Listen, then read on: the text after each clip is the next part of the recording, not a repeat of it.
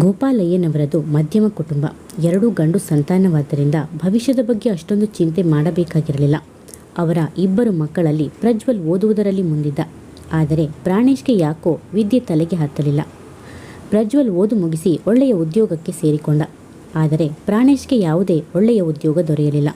ಅವನಿಗೆ ಚೆನ್ನಾಗಿ ತಿಳಿದಿದ್ದು ಡ್ರೈವಿಂಗ್ ಕೆಲಸ ಮಾತ್ರ. ಕೊನೆಗೆ ಒಬ್ಬರಿಂದ ಆಟೋ ಬಾಡಿಗೆ ಪಡೆದು ಅದನ್ನು ಓಡಿಸಲು ಪ್ರಾರಂಭಿಸಿದ. ಆದರೆ ಅದರಿಂದ ಅಂತಹ ಆದಾಯವೇನೂ ಬರುತ್ತಿರಲಿಲ್ಲ. ಕುಟುಂಬದವರಿಗೆಲ್ಲ ಪ್ರಾಣೇಶ್ಗಿಂತ ಪ್ರಜ್ವಲ್ನನ್ನು ಕಂಡರೆ ಅತಿಯಾದ ಪ್ರೀತಿ. ಆದ ಕೆಲಸಕ್ಕೆ ಸೇರಿ ಎಲ್ಲರ ಗೌರವಕ್ಕೆ ಪಾತ್ರನಾಗಿದ್ದ. ಆದರೆ ಪ್ರಾಣೇಶ್ಗೆ ಜೀವನದಲ್ಲಿ ಪ್ರೀತಿ ಕಾಳಜಿ ತೋರುವವರೇ ಇರಲಿಲ್ಲ. ಆತ ತನ್ನ ಜೀವನದಲ್ಲಿ ಬಹಳ ನೊಂದಿದ್ದ. ಡಿಪ್ರೆಷನ್ಗೆ ಒಳಗಾಗಿದ್ದ. ಆಗ ಅವನ ಬಾಳಲ್ಲಿ ಬೆಳಕಾಗಿ ಬಂದವಳೇ ಧಾರಿಣಿ. ಪ್ರಾಣೇಶ್ ಧಾರಿಣಿಯ ಪ್ರೀತಿಯಲ್ಲಿ ಬಿದ್ದ. ಒಂಟಿಯಾಗಿದ್ದ ಪ್ರಾಣೇಶ್ ಬಾಳಿಗೆ ಪ್ರೀತಿಯ ಸೆಲೆಯಾದಳು ಧಾರಿಣಿ. ಆಕೆ ಪಕ್ಕದ ಊರಿನವಳಾದ್ದರಿಂದ ಅವರಿಬ್ಬರ ಪ್ರೀತಿಯ ವಿಷಯ ಅಷ್ಟು ವೇಗವಾಗಿ ಯಾರನ್ನೂ ತಲುಪಿರಲಿಲ್ಲ. ಆದರೆ ಬರುತ್ತಾ ಇವರಿಬ್ಬರ ಓಡಾಟ ಕಂಡವರ ಕಣ್ಣಿಗೆ ಬಿದ್ದು ಇನ್ಯಾರದೋ ಕಿವಿಗೆ ತಲುಪಲು ಬಹಳ ಸಮಯ ಹಿಡಿಯಲಿಲ್ಲ. ಆದರೆ ಅವರಿಬ್ಬರೂ ಬೇರೆ ಬೇರೆ ಜಾತಿ ಆದ್ದರಿಂದ ಮದುವೆಗೆ ಮನೆಯವರು ಖಂಡಿತ ಒಪ್ಪಲಾರರೆಂಬುದು ಅವರಿಗೆ ತಿಳಿದಿತ್ತು. ಆದ್ದರಿಂದ ಅವರು ಯಾರಿಗೂ ತಿಳಿಯದಂತೆ ಊರು ಬಿಟ್ಟು ಓಡಿ ಹೋದರು. ಯಾರ ಕೈಗೂ ಸಿಗದಂತೆ ದೂರದ ಮುಂಬೈಗೆ ತೆರಳಿ ಸರಳವಾಗಿ ದೇವಸ್ಥಾನದಲ್ಲಿ ವಿವಾಹವಾದರು. ಅಲ್ಲಿ ಒಂದು ಪುಟ್ಟ ಬಾಡಿಗೆ ಮನೆಯಲ್ಲಿ ಸಂಸಾರ ಆರಂಭಿಸಿದರು. ಮುಂಬೈ ನಗರದಲ್ಲಿ ಜೀವನ ಸಾಗಿಸುವುದು ಅಷ್ಟು ಸುಲಭವಲ್ಲ ಎಂದು ಕೆಲವೇ ದಿನಗಳಲ್ಲಿ ಅವರಿಗೆ ಮನವರಿಕೆ ಆಯಿತು. ಯಾಕೆಂದರೆ ಅವರ ಕೈಯಲ್ಲಿದ್ದ ಚೂರುಪಾರು ದುಡ್ಡು ಖಾಲಿಯಾಗತೊಡಗಿತ್ತು. ಈಗಾಗಲೇ ಪ್ರಾಣೇಶ್ ಕೆಲಸ ಹುಡುಕಲು ಪ್ರಾರಂಭಿಸಿದ್ದ. ಆದರೆ ಆತನಿಗೆ ಡ್ರೈವಿಂಗ್ ಕೆಲಸ ಬಿಟ್ಟು ಬೇರೆ ಯಾವ ಕೆಲಸವೂ ತಿಳಿದಿರಲಿಲ್ಲ. ಬೇರೆ ದಾರಿ ಇಲ್ಲದೆ ಧಾರಿಣಿ ತನ್ನ ಬಳಿ ಇದ್ದ ಚಿನ್ನದ 2 ಸರ 2 ಬಳೆಗಳನ್ನು ನೀಡಿದಳು. ಅದನ್ನು ಮಾರಿ ಒಂದಿಷ್ಟು ಸಾಲ ತೆಗೆದುಕೊಂಡು ಪ್ರಾಣೇಶ್ ಒಂದು ಆಟೋ ಖರೀದಿಸಿದ. ಅಂದಿನಿಂದ ಮುಂಬೈ ನಗರದ ಗಲ್ಲಿಗಳಲ್ಲಿ ಆಟೋ ಓಡಿಸತೊಡಗಿದ. ಇದರಿಂದ ಅವರಿಬ್ಬರ ಜೀವನಕ್ಕೆ ಏನೂ ತೊಂದರೆ ಇರಲಿಲ್ಲ. ಧಾರಿಣಿ ಅಚ್ಚುಕಟ್ಟಾಗಿ ಸಂಸಾರ ನಿಭಾಯಿಸುತ್ತಿದ್ದರಿಂದ ವಿಪರೀತ ಹಣ ಪೋಲಾಗಲು ಬಿಡುತ್ತಿರಲಿಲ್ಲ. ಹೀಗೆ ಅವರ ಸುಂದರ ಸಂಸಾರದಲ್ಲಿ ಕೆಲ ತಿಂಗಳುಗಳಲ್ಲಿ ಒಂದು ಪುಟ್ಟ ಕಂದಮ್ಮನ ಆಗಮನವಾಯಿತು. ಅವರಿಬ್ಬರಿಗೂ ಒಂದು ಮುದ್ದಾದ ಗಂಡು ಮಗು ಜನಿಸಿತು. ಅವನಿಗೆ ನಂದನ ಎಂದು ಪ್ರೀತಿಯಿಂದ ನಾಮಕರಣ ಮಾಡಿದರು. ನಂದನ ಮನೆಗೆ ಬಂದಾಗಿನಿಂದ ಅವರ ಮನೆ ನಂದಗೋಕುಲವೇ ಆಯಿತು. ನಂದನನ ಆಟ ಪಾಠ ತುಂಟಾಟಗಳ ಮೇಲೆ ಇವರ ಪುಟ್ಟ ಸಂಸಾರದ ಮೇಲೆ ಯಾವ ಕೆಟ್ಟ ಕಣ್ಣು ಬಿತ್ತೋ ಮಗುವಿಗೆ ಆರೋಗ್ಯ ಸಮಸ್ಯೆ ಕಾಡತೊಡಗಿತು. ಚೆನ್ನಾಗಿ ಆಟವಾಡುತ್ತಿದ್ದ ಮಗು ಇದ್ದಕ್ಕಿದ್ದಂತೆ ತಲೆ ಸುತ್ತಿ ಬೀಳತೊಡಗಿದನು. ಇದರಿಂದ ಧಾರಿಣಿ ಪ್ರಾಣೇಶ್ ಇಬ್ಬರು ಮಾನಸಿಕವಾಗಿ ಜರ್ಜರಿತರಾದರು. ಧಾರಿಣಿ ಮಗುವಿನ ಪರಿಸ್ಥಿತಿಯನ್ನು ನೋಡಿ ಹುಚ್ಚಿಯಂತಾಗಿದ್ದಳು. ಮಗುವನ್ನು ದೊಡ್ಡ ಆಸ್ಪತ್ರೆಗೆ ತೋರಿಸಲು ಡಾಕ್ಟರ್ ಸಲಹೆ ನೀಡಿದರು. ಆದರೆ ದೊಡ್ಡ ಆಸ್ಪತ್ರೆಗೆ ತೋರಿಸುವಷ್ಟು ಮೊತ್ತದ ಹಣ ಅವರ ಬಳಿ ಇರಲಿಲ್ಲ. ಅವರಿಗೆ ಸಹಾಯ ಮಾಡುವವರು ಯಾರೂ ಇರಲಿಲ್ಲ. ಮಗುವನ್ನು ಇಂತಹ ಸ್ಥಿತಿಯಲ್ಲಿ ಕಾಣಲಾಗದ ಧಾರಿಣಿ ತಾಳ್ಮೆ ಕಳೆದುಕೊಂಡು ಪ್ರಾಣೇಶ್ ಮೇಲೆ ಕೂಗಾಡುತ್ತಿದ್ದಳು. ಇದರಿಂದ ಮನೆಯಲ್ಲಿ ಯಾವಾಗಲೂ ಜಗಳ ಕಲಹ ಏರ್ಪಟ್ಟು ಮನೆಯಲ್ಲಿ ನೆಮ್ಮದಿಯೇ ಇಲ್ಲದಂತಾಯಿತು. ಕೊನೆಗೆ ಡಾಕ್ಟರ್ ಆಪರೇಷನ್ ಮಾಡದೆ ಹೋದರೆ ಮಗುವಿನ ಪ್ರಾಣಕ್ಕೆ ಅಪಾಯ ಎಂದು ಹೇಳಿದಾಗ ಪ್ರಾಣೇಶ್ ಬೇರೆ ದಾರಿ ಇಲ್ಲದೆ ತಮ್ಮ ಜೀವನಕ್ಕೆ ಆಧಾರವಾಗಿದ್ದ ಆಟೋವನ್ನು ಮಾರುವ ನಿರ್ಧಾರಕ್ಕೆ ಬಂದನು. ಧಾರಿಣಿ ಕೂಡ ಇದಕ್ಕೆ ಒಪ್ಪಿ ಮಗುವನ್ನು ಉಳಿಸಿಕೊಡುವಂತೆ ಗಂಡನ ಬಳಿ ಗೋಗರಿಯುತ್ತಿದ್ದಳು. ತಮ್ಮ ಕಂದನನ್ನು ಉಳಿಸಿಕೊಳ್ಳುವ ಅವರ ಕೊನೆಯ ಪ್ರಯತ್ನ ಇದಾಗಿತ್ತು. ಅವರು ತಮ್ಮ ಸರ್ವಸ್ವವನ್ನು ತ್ಯಾಗ ಮಾಡಲು ಸಿದ್ಧರಾಗಿದ್ದರು. ಇನ್ನು ಆಟೋ ಯಾವ ಮಹಾ. ಕೊನೆಗೂ ಅವರ ಪ್ರಾರ್ಥನೆ ದೇವರಿಗೆ ಕೇಳಿಸಿತೇನೋ ಆಪರೇಷನ್ ಸಕ್ಸಸ್ ಆಯಿತು. ಅವರ ಮಗ ದಿನದಿಂದ ದಿನಕ್ಕೆ ಚೇತರಿಸಿಕೊಳ್ಳತೊಡಗಿದನು. ಪ್ರಾಣೇಶ್ ಮತ್ತು ಧಾರಿಣಿಯ ಸಂತೋಷಕ್ಕೆ ಪಾರವೇ ಇಲ್ಲವಾಯಿತು. ಆದರೆ ಇತ್ತ ಪ್ರಾಣೇಶ್ಗೆ ಕೆಲಸವಿಲ್ಲದಾಯಿತು. ಆಟೋವನ್ನು ಖರೀದಿಸಿದಾಗಲೂ ಸಾಲ ಮಾಡಿದ್ದರಿಂದ ಸಾಲಗಾರರು ಮನೆ ಬಾಗಿಲಿಗೆ ಬರತೊಡಗಿದರು. ಅವನಿಗೆ ಮಗನ ಪ್ರಾಣಕ್ಕಿಂತ ಯಾವುದೂ ಹೆಚ್ಚಾಗಿರಲಿಲ್ಲ. ಎಲ್ಲಾದರೂ ಒಂದು ಕೆಲಸ ಹುಡುಕಿದರೆ ಹೇಗೋ ಸಮಸ್ಯೆಯಿಂದ ಪಾರಾಗಬಹುದು ಎಂದು ಕೆಲಸ ಹುಡುಕತೊಡಗಿದ. ಈಗ ಧಾರಿಣಿಯು ಶಾಂತಳಾಗಿದ್ದರಿಂದ ಮನೆಯಲ್ಲಿ ತಕ್ಕ ಮಟ್ಟಿನ ನೆಮ್ಮದಿ ನೆಲೆಸಿತ್ತು. ಆದರೆ ಎಷ್ಟು ಹುಡುಕಿದರೂ ಯಾವುದೇ ಕೆಲಸ ದೊರಕಲಿಲ್ಲ. ಈ ನಡುವೆ ಸಾಲ ನೀಡಿದವರ ಉಪಟಳ ಜಾಸ್ತಿಯಾಗಿ ಬೆದರಿಕೆಯೊಡ್ಡತೊಡಗಿದರು. ಒಂದು ಸಮಸ್ಯೆ ಮುಗೀತೆನ್ನುವಷ್ಟರಲ್ಲಿ ಮತ್ತೊಂದು ಸಮಸ್ಯೆ ಹೆಮ್ಮರವಾಗಿ ನಿಂತಿತ್ತು. ಹೊತ್ತಿನ ಊಟಕ್ಕೂ ಪರದಾಡಬೇಕಾದ ಪರಿಸ್ಥಿತಿ ಉಂಟಾಯಿತು. ಊರೆಲ್ಲ ಕೆಲಸ ಹುಡುಕಿ ಸುಸ್ತಾಗಿ ಬಂದ ಗಂಡ ಒಳಬಂದು ಬಾಗಿಲಿಗೆ ಹೊರಗೆ ಕುಳಿತ. ಧಾರಿಣಿ ಕೆಲಸ ಸಿಕ್ಕಿತೆ ಎಂದು ಆಸೆಯ ಕಣ್ಗಳಿಂದ ಆತನನ್ನೇ ನೋಡಿದಳು. ಆದರೆ ಆತನ ಬಸವಳಿದ ಮುಖ ನೋಡುತ್ತಿದ್ದಂತೆ ಅವಳಿಗೆ ತಿಳಿಯಿತು ಯಾವುದೇ ಕೆಲಸವೂ ದೊರಕಿಲ್ಲ ಎಂದು. ಧಾರಿಣಿ ಪಾತ್ರೆಯಲ್ಲಿ ಮಿಕ್ಕಿದ್ದ ಸ್ವಲ್ಪ ಅನ್ನವನ್ನು ತಂದು ತಟ್ಟೆಗೆ ಹಾಕಿ ಗಂಡನ ಬಳಿ ಕುಳಿತಳು. ಪ್ರಾಣೇಶ್ ತುತ್ತು ಕಲಸಿ ಹೆಂಡತಿಗೆ ತಿನ್ನಿಸಿದಾಗ ಇಬ್ಬರ ಕಣ್ಣಿಂದಲೂ ಕಣ್ಣೀರು ಜಾರಿತು. ಓಡಿ ಹೋಗಿ ಪ್ರೇಮ ವಿವಾಹವಾಗುವ ಜೋಡಿಗಳು ಯಾರ ಸಹಾಯವಿಲ್ಲದೆ ಬದುಕುವುದು ಅಷ್ಟೊಂದು ಸುಲಭವಲ್ಲ ಎಂಬ ಸತ್ಯ ಅರಿವಾಗಿತ್ತು. ಇದೇ ಸಂದರ್ಭದಲ್ಲಿ ಆತನ ಗೆಳೆಯನೊಬ್ಬ ಆತನನ್ನು ಕರೆಯುತ್ತಾ ಬಂದನು. ಈಗಾಗಲೇ ಪ್ರಾಣೇಶ್ ಎಲ್ಲರ ಬಳಿಯೂ ಕೆಲಸಕ್ಕಾಗಿ ವಿಚಾರಿಸಿದ್ದರಿಂದ ಅವನು ಬಾಡಿಗೆಗೆ ಆಟೋ ಓಡಿಸಲು ಸಲಹೆ ನೀಡಿದನು. ಅವನಿಗೂ ಇದು ಸರಿ ಎನಿಸಿತು. ಆದರೆ ಬಾಡಿಗೆ ಆಟೋ ಎಲ್ಲಿ ಸಿಗುತ್ತದೆ ಎಂದು ಕೇಳಿದಾಗ ಆತನೇ ತನಗೆ ತಿಳಿದವರೊಬ್ಬರ ಬಳಿ ಕರೆದೊಯ್ದು ಸಹಾಯ ಮಾಡಿದ. ತಿಂಗಳಿಗೆ 300 ರೂಪಾಯಿ ಬಾಡಿಗೆ. ಆಟೋ ಓಡಿಸದಿದ್ದರೂ ಬಾಡಿಗೆ ನೀಡಲೇಬೇಕೆಂದು ಕರಾರು. ಅವರ ಕರಾರಿಗೆ ಒಪ್ಪಿಗೆ ನೀಡಿ ಆಟೋ ಪಡೆದು ಮರುದಿನವೇ ಓಡಿಸತೊಡಗಿದ. ಬೆಳಿಗ್ಗೆ ಸ್ಕೂಲ್ ಮಕ್ಕಳನ್ನು ಡ್ರಾಪ್ ಮಾಡುವುದರಿಂದ ಅವನ ದಿನಚರಿ ಪ್ರಾರಂಭವಾಗುತ್ತಿತ್ತು. ಪ್ರಾಣೇಶ್ ಸುತ್ತಮುತ್ತಲಿನ ಒಂದಿಷ್ಟು ಮಕ್ಕಳನ್ನು ಸ್ಕೂಲ್ಗೆ ಡ್ರಾಪ್ ಮಾಡುತ್ತಿದ್ದ. ತಿಂಗಳಿಗೆ ಇಷ್ಟು ಎಂದು ಹಣ ಪಡೆಯುತ್ತಿದ್ದ. ಸಂಜೆ ಸ್ಕೂಲ್ ಮುಗಿದ ಮೇಲೆ ಮನೆಗೆ ತಲುಪಿಸುತ್ತಿದ್ದ. ಇದರ ಮಧ್ಯೆ ಗಲ್ಲಿಗಳಲ್ಲಿ ಆಟೋ ಓಡಿಸಿ ಹಣ ಸಂಪಾದಿಸುತ್ತಿದ್ದ. ದಿನಾಲೂ ಮಕ್ಕಳನ್ನು ಸ್ಕೂಲಿಗೆ ಬಿಡುತ್ತಿದ್ದ ಪ್ರಾಣೇಶ್ ಮನದಲ್ಲಿ ತನ್ನ ಮಗನಿಗೂ ಅಂತಹುದೇ ಒಳ್ಳೆಯ ಸ್ಕೂಲಿನಲ್ಲಿ ಓದಿಸಬೇಕೆಂಬ ಆಸೆ ಉಂಟಾಗುತ್ತಿತ್ತು. ಆದರೆ ಶ್ರೀಮಂತರುಗಳ ಮಕ್ಕಳೇ ಓದುತ್ತಿದ್ದ ಸ್ಕೂಲಿನಲ್ಲಿ ಸಾಧಾರಣ ಆಟೋ ಚಾಲಕನ ಮಗ ಓದಲು ಸಾಧ್ಯವೇ ಎಂದು ಯೋಚಿಸಿದಾಗ ಮುಖದ ಮೇಲೆ ನಿರಾಶೆಯ ನಗು ಮೂಡುತ್ತಿತ್ತು. ಆದರೆ ಆತ ಅನುಭವಗಳಿಂದ, ಕಷ್ಟಗಳಿಂದ ಜೀವನವನ್ನು ಚೆನ್ನಾಗಿ ಅರಿತಿದ್ದ. ಮನೆಯಲ್ಲಿ, ಶಾಲೆಯಲ್ಲಿ, ಊರಿನಲ್ಲಿ, ಸಂಬಂಧಿಗಳ ಮಧ್ಯೆ ತನಗಿಂತ ಅಣ್ಣನಿಗೆ ಸಿಗುತ್ತಿದ್ದ ಪ್ರಾಶಸ್ತ್ಯಕ್ಕೆ ವಿದ್ಯೆಯೇ ಕಾರಣವೆಂಬುದು ಅವನಿಗೆ ತಿಳಿದಿತ್ತು. ಪ್ರತಿದಿನ ಶಾಲೆಗೆ ಮಕ್ಕಳನ್ನು ಡ್ರಾಪ್ ಮಾಡುವಾಗಲೂ ಆತನ ಮನಸ್ಸು ಅದನ್ನೇ ಯೋಚಿಸುತ್ತಿತ್ತು. ಆದರೆ ಆತನ ಆಸೆಗೆ ಧಾರಿಣಿ ತಣ್ಣೀರೆರಚುತ್ತಿದ್ದಳು.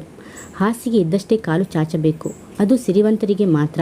ಬಡತನದಲ್ಲಿರುವ ನಮ್ಮಂಥವರ ಮಕ್ಕಳು ಅಂತಹ ಸ್ಕೂಲಲ್ಲಿ ಓದುವ ಕನಸನ್ನು ಕಾಣಬಾರದು ಎನ್ನುತ್ತಿದ್ದಳು. ಅಂದು ಸೋಮವಾರ ಸಂಜೆ 6 ಗಂಟೆಗೆ ಪ್ರಾಣೇಶ್ ಸ್ಕೂಲಿನಿಂದ ಮಕ್ಕಳನ್ನು ಮನೆಗೆ ಡ್ರಾಪ್ ಮಾಡಿ ಮನೆ ಕಡೆ ಹೊರಟಿದ್ದ. ಅದಾಗಲೇ ನಿಧಾನವಾಗಿ ಕತ್ತಲು ಆವರಿಸತೊಡಗಿತ್ತು. ಅಷ್ಟರಲ್ಲಿ ರೋಡಿಗೆ ಹತ್ತಿರ ಬಿದ್ದ ರೈಸ್ ಮಿಲ್ ಬಳಿ ಮಗುವೊಂದು ಕಿರಿಚಿದಂತಾಯಿತು. ಆ ಕ್ಷಣ ತಲೆ ಕೆಡಿಸಿಕೊಳ್ಳದೆ ಗಾಡಿ ಮುಂದಕ್ಕೆ ಚಲಾಯಿಸಿದ. ಆದರೆ ಅವನ ಮನಸ್ಸು ತಡೆಯಲಿಲ್ಲ. ಪ್ರತಿದಿನ ಅದೇ ರಸ್ತೆಯಲ್ಲಿ ಓಡಾಡುತ್ತಿದ್ದರೂ ಎಂದೂ ಅವನಿಗೆ ಇಂತಹ ಅನುಭವ ಆಗಿರಲಿಲ್ಲ. ಅದು ಅಲ್ಲದೆ ಆತನಿಗೆ ಸ್ಕೂಲ್ ಮಕ್ಕಳ ಬಗ್ಗೆ ಚೆನ್ನಾಗಿ ಗೊತ್ತು. ಯಾವ ಮಕ್ಕಳು ಅಷ್ಟು ಹೊತ್ತಿನಲ್ಲಿ ಅಲ್ಲಿರಲು ಸಾಧ್ಯವೇ ಇರಲಿಲ್ಲ. ಹಾಗಾದರೆ ಯಾವುದಾದರೂ ಮಗು ಅಪಾಯಕ್ಕೆ ಸಿಲುಕಿರಬಹುದೇ? ಅಥವಾ ನನ್ನ ಕಿವಿ ತಪ್ಪಾಗಿ ಆಲಿಸಿರಬಹುದೇ? ಒಂದೆಡೆ ಆಟೋ ನಿಲ್ಲಿಸಿ ಕೆಲ ಕ್ಷಣ ಅದರ ಬಗ್ಗೆ ಚಿಂತಿಸಿದ.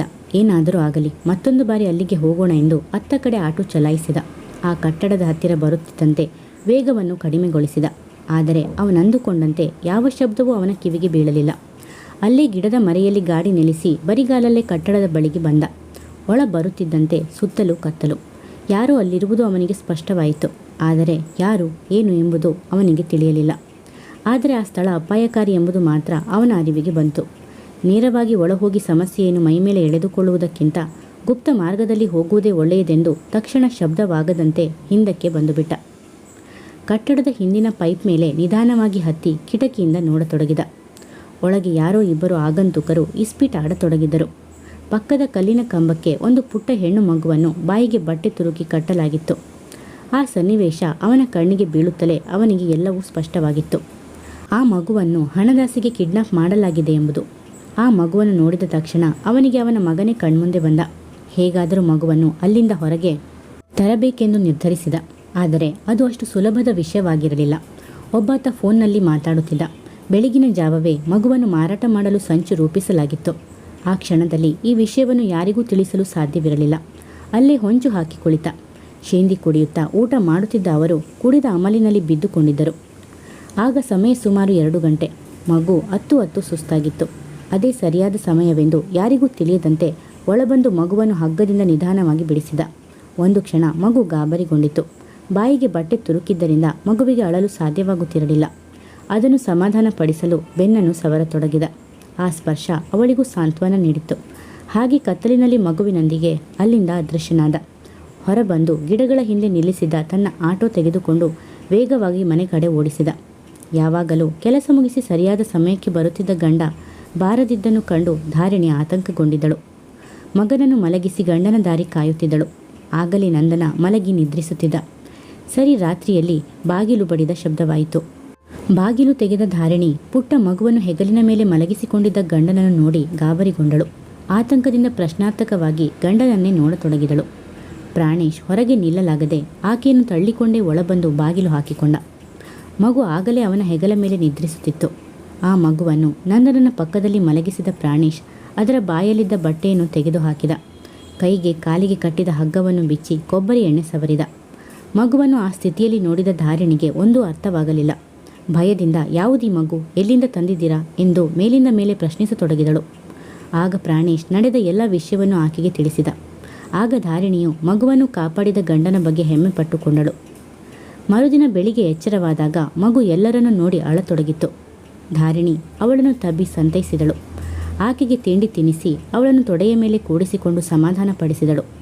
ಸ್ವಲ್ಪ ಹೊತ್ತು ನಂದನನೊಂದಿಗೆ ಆಟವಾಡಿದಳು. ಅವಳಿಗೆ ಸುಮಾರು 6 ವರ್ಷವಿರಬಹುದು. ಈಗಾಗಲೇ ಭಯಗೊಂಡಿದ್ದ ಆಕೆಯನ್ನು ಬಲವಂತವಾಗಿ ಪ್ರಶ್ನಿಸಿ ಇನ್ನಷ್ಟು ಗಾಬರಿಗೊಳಿಸಲು ಇಷ್ಟವಿಲ್ಲದೆ ನಿಧಾನಿಸಿದರು. ಇದರಿಂದ ಅವಳು ಮತ್ತಷ್ಟು ಹೆದರಿಕೊಳ್ಳುವ ಸಾಧ್ಯತೆಯೇ ಹೆಚ್ಚಿತ್ತು. ಆದ್ದರಿಂದ ಆಕೆಗೆ ಗಾಬರಿಯಾಗದಂತೆ ಎಲ್ಲ ವಿಷಯ ತಿಳಿದುಕೊಳ್ಳಲು ಕೆಲ ಹೊತ್ತು ಬೇಕಾಯಿತು. ಸಮಾಧಾನವಾಗಿ ಆಕೆಯ ವಿಶ್ವಾಸವನ್ನು ಗಳಿಸಿದ ನಂತರ ಅವಳಿಗೆ ಒಂದೊಂದೇ ಪ್ರಶ್ನೆಯನ್ನು ಕೇಳತೊಡಗಿದರು.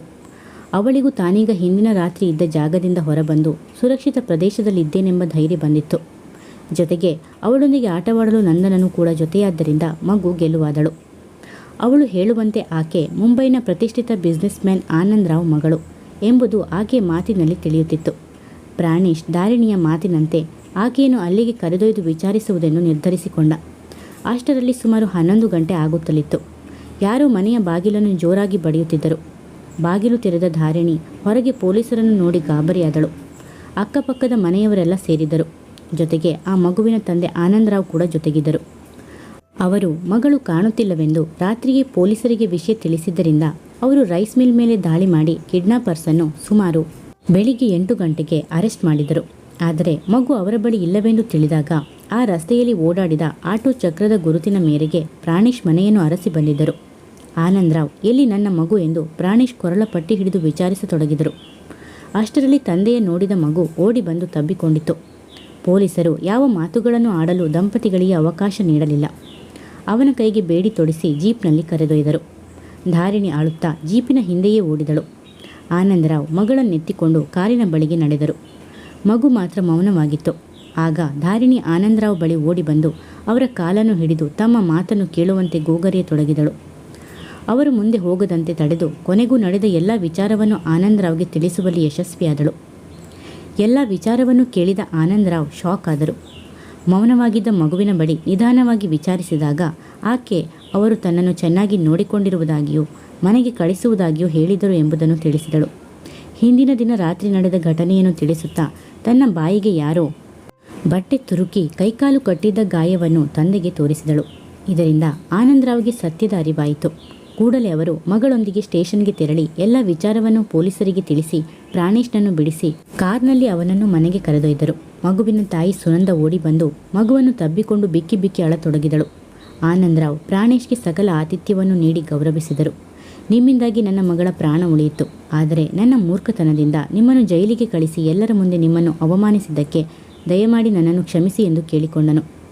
ಪ್ರಾಣೇಶ್ ಮಾಡಿದ ಸಹಾಯವನ್ನು ಅವರು ಈ ಜನ್ಮದಲ್ಲಿ ತೀರಿಸಲು ಸಾಧ್ಯವಿರಲಿಲ್ಲ. ಆನಂದ್ ರಾವ್ ತನ್ನ ಮಗಳನ್ನು ಕಾಪಾಡಿದ ಪ್ರಾಣೇಶ್ಗೆ ಏನಾದರೂ ಸಹಾಯ ಮಾಡಬೇಕೆಂದುಕೊಂಡರು.